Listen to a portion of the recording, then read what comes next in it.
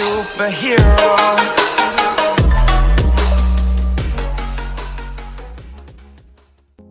Hello guys, welcome back. ನೀವು ನೋಡ್ತಾ ಇದ್ದೀರಾ ಕ್ರೇಜಿ ಮಚ್ಚ ಯೂಟ್ಯೂಬ್ ಚಾನಲ್.